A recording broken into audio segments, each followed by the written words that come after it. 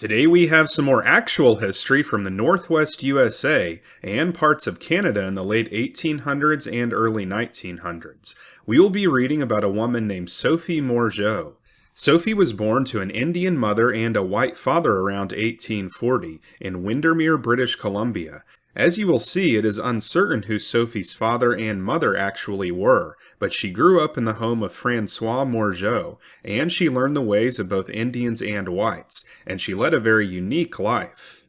She lived most of her life around the Tobacco Plains country of Montana, hauling her own pack string of cattle to various nearby cities, and sometimes encountering violent competitors who sought to run her out of the region. We will be reading from the September 1983 issue of True West magazine. This article was written by Gordon R. Gilmond and illustrated by Mick Harrison. It is titled, Sophie Morigeau, Savage or Sage? So here is the story of Sophie Morigeau. Sophie Morigeau was a child of the times, and as a result, her exact origins are clouded. She probably was born in the early 1840s in the Windermere country of British Columbia, somewhere between the present Banff and Cranbrook. There she spent her childhood as a member of the family of Francois Morigeau. It is commonly believed her real parents were Hudson's Bay trader Edward Burland and an unknown Indian woman. Burland and Morigeau having traded squaws a few months before Sophie's birth. Morigeau was reported by missionaries to be a pious man, and Burland was known as a religious leader among the Indians, but as one old-timer commented, it was a queer community in those days. The first thing a white man did was to get a squaw to live with him, and except in a few cases, the squaw was a movable feast. However unorthodox Sophie's beginning, she was a product of the times. The Moors of those times, as well as of Morigeau, were to have a strong influence on the path Sophie chose to follow. Whichever fur trader actually fathered Sophie, her character, her life, and her energy matched that of Francois Morigeau. Morigeau had come west for work for the Northwest Company. He left their employ and migrated further west with the Shuswap Indians in 1819, and settled with a few of them in Columbia Valley of British Columbia. The free and wild life of this rebel band of Shuswaps was apparently what Morigeau wanted. He took a wife and awaited the arrival of a priest for a formal marriage. Here are excerpts from the letter written by Father Peter de Smet to Archbishop John Hughes on September 9, 1845, from the head of the Columbia River. The 4th of September, I found myself at the source of the Columbia, Windermere. I contemplated with admiration those rugged and gigantic mountains, where the great river escapes. Many years had Morigeau ardently desired to see a priest, and when he learned I was about to visit the source of the Columbia, he repaired thither in all haste, to procure for his wife and children the signal grace of baptism. On the feast of the Nativity of the Blessed Virgin, September 8th, the factor was conferred on them and also on the children of those Indian families who accompany him in his migrations. This was a solemn day for the wilderness. The august sacrifice of the Mass was offered. Morigeau devoutly approached the holy table. At the foot of this humble altar he received the nuptial benediction, and the mother, surrounded by her 7 children, and 6 little Indians, were regenerated in the holy waters of baptism. The Canadian Morigeau, into what part of the desert has he not penetrated? The monarch who rules at the source of the Columbia is an honest immigrant from St. Martin, in the district of Montreal, who has resided for 26 years in this desert. The skins of the rein and moose deer are the materials of which his portable palace is composed, and to use his own expression, he embarks on horseback with his wife and 7 children, and lands wherever he pleases. Here no one disputes his rights. We bade adieu to the Morigeau family on the 9th. Sophie Morigeau, then a baby, was apparently one of the children baptized by Father de Smet. The Morigeaus, as Sophie was growing up, lived the wild life of Indians, modified by the hard work of an independent business. Morigeau was an independent trapper and trader, and it was reported he and another French Canadian were the only 2 persons in all of eastern Washington who were not in the employ of one of the fur companies. When Sophie was a young girl, Morigeau moved most of his family to the Colville country, Sophie included. Not much is known of Sophie's life there. In her later years she often spoke of receiving convent training, no doubt at the mission near Kettle Falls, Washington. Old-timers remembered how men used to exclaim, Lord, what a handsome woman Sophie Morigeau was in her young days. Apparently this was the consensus among many of the frontiersmen, but she chose one Jean-Baptiste Chabot for her first husband, although they were soon separated and Sophie did not keep his name. Chabot spent his last years with a daughter and is buried at Ronan, Montana. Whatever Sophie was doing in her younger years, it was inevitable that the two races should war within her, and that she should be drawn to the race most dominant in her world, the whites, although the dominance of the first white men over the red was primarily because of guns and commercial cunning. Sophie learned quickly at the missionary school. Social graces she learned she never forgot and turned them on and off as occasion demanded, but the attitudes and actions of her father and the other white men spoke much louder than the words of the priests. Her mother was an Indian and of the subservient sex. On the whole, a squaw was merely a red man's hired girl, or a white man's commodity. No other feminine way of life was open.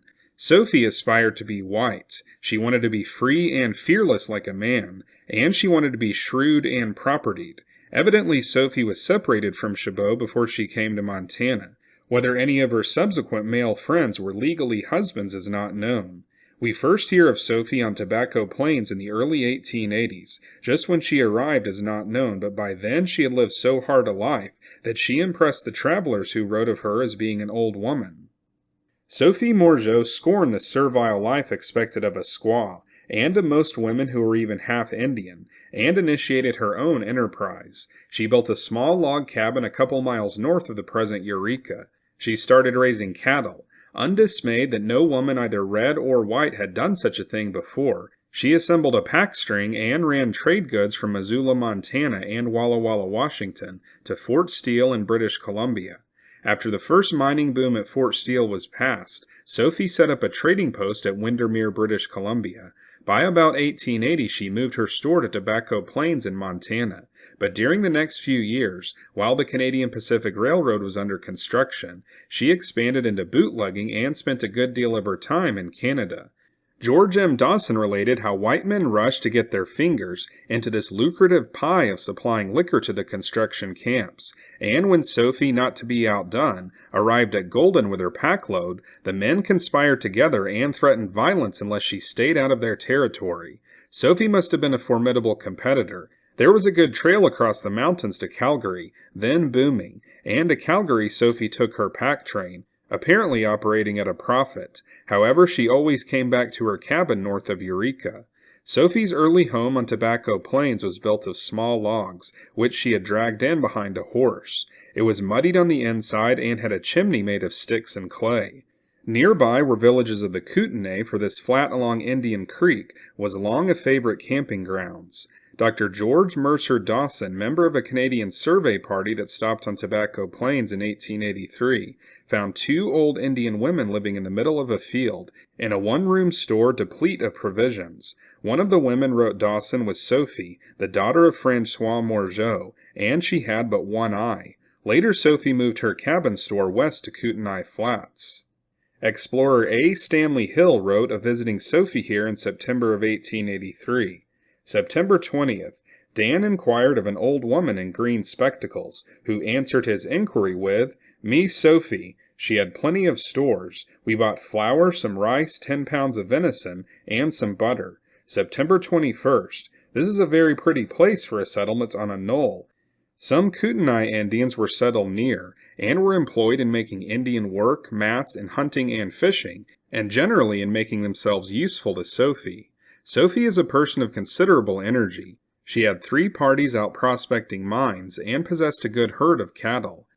Explanations of how Sophie lost her eye involve violent conflict, although others insist that a common accident was responsible. At any rate, the blood that flowed in Sophie's veins was certainly neither thin nor chill. In spite of her age and one-eyed appearance, it is reported that 2 men competing for Sophie's favor at about this time were both upstanding, fine-looking white men. Sophie filed for water rights on a spring at Kootenai Flats in order to homestead the property. She began to build up her herds of cattle and horses against the day when she would no longer be able to make long pack trips for trade goods. She found by sad experience that she could not depend on others to bring goods for her. The white man to whom she once entrusted her pack train and the cash to purchase merchandise in Missoula was never again on Tobacco Plains. Sophie followed the sharp practices of white traders in her commercial dealings with the Indians, interpreting them according to her own peculiar ingenuity. At one time, she sold a stock of buckskin needles for $5 cash. When her Indian customers objected that $1 was usually the top price, she solemnly explained that the white man across the mountains who made these needles died, and pretty soon there would be no more needles at any price. When a great many people flocked to take advantage of the fishing on Sophie's little creek, she levied a toll. If the fishermen refused to shell out, she would simply wade into the creek and splash up and down until all the trout were scared away.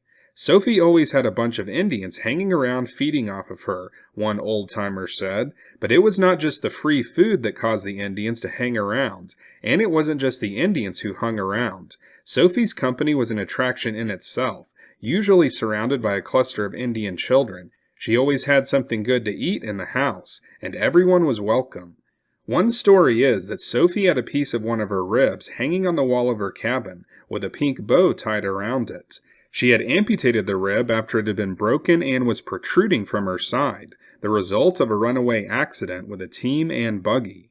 To all appearances, Sophie never allowed herself to become defeated, as so many are by her mixed blood. She assumed when needed that she was white, and for her patterns of living she adopted the ways of either white or Indian, whichever seemed most profitable in cash or satisfaction, the essential sanity of a savage or a sage. Sophie was well fixed by the early 1890s. Her herds were growing and her friends among the Kootenai seemed to multiply. But in the winter of 1892 and 1893, her dealings with certain white men caused her undoing. During that terrible winter, Sophie, like other ranchers, fed all her hay early in the season, and then had to chop brush to feed the starving cattle. It was no use. By spring, her 130 cattle had dwindled to 30 skeletons. The horses went the same way. Sophie was too advanced in years to begin all over. Old-timers assert Sophie was swindled by the men who bought her beef and horses. She had a succession of white men living with her and off her. These men, sometimes known as Sophie's business partners, broke her, and she never recovered financially. Sophie continued to be independent and self-supporting for many years. However, old friends, both white and Indian, forgot her after her wealth and her vitality were spent. Whatever the causes, Sophie lived alone on her homestead as the new century began. When visiting the Gateway store, she was asked how old she was.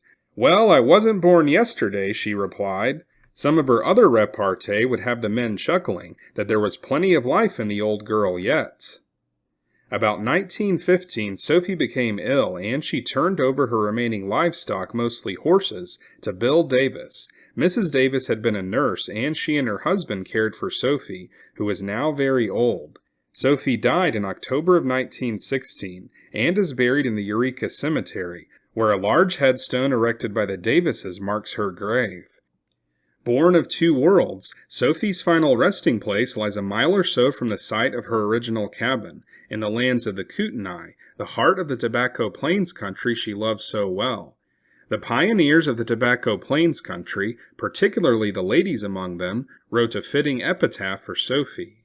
So the life of Tobacco Plains went on in all its big little ways, without Sophie Morigeau. The automobiles multiply, and no longer did men reach middle age without knowing how to handle one. The automobiles multiplied, and their owners demanded fast highways to Kalispell, to Missoula, north to Fort Steele, west to Colville, Spokane, and Walla Walla. Sophie, who perhaps never rode in a motor car until her own funeral, where there were 3 including the hearse, wouldn't have recognized now the route she used to travel with her pack string, the long, arduous old route, still and peaceful. A genuine Democrat judges others according to what he himself would have been if he had grown up in the same circumstances. If we thus consider Sophie Morigeau, we confess that in her place and time, we probably would have fallen in many of her errors, that we might even have taken public or secret pride in some of them, yet that most ladies of us would have been very ordinary squaws, compared to Sophie. So that's it for this episode. This was from the September 1983 issue of True West magazine. It is important to note that at the end, when the ladies of Tobacco Plain spoke of what a true Democrat would do, they were talking about the Democratic Party of about 100 years ago, which is very different than the Democratic Party of today. If you found this story interesting, then you may be interested in this book about Sophie Morigeau by Jean Barman, which was just published in 2022. If you are interested in Western art, then you might want to check out the website of the illustrator from this story, Mick Harrison, who provided these illustrations for the story back in 1983. This channel is called Unworthy History because we talk about actual history that has now been deemed unworthy of airtime on history channels on TV. Those channels are not interested in presenting actual history, but here on this channel we keep actual history alive by reading about people who lived long ago, people whose shoes we are unworthy to stand in. If you'd like to support our mission here at Unworthy History, then consider joining our Patreon page or becoming a YouTube channel member. Your $5 per month will help to ensure that actual history is kept alive, and you will also have access to special members-only videos. These videos are also available at patreon.com for individual purchase. So if you want to see more episodes like this, then be sure to like and subscribe, and we'll see you next time on Unworthy History.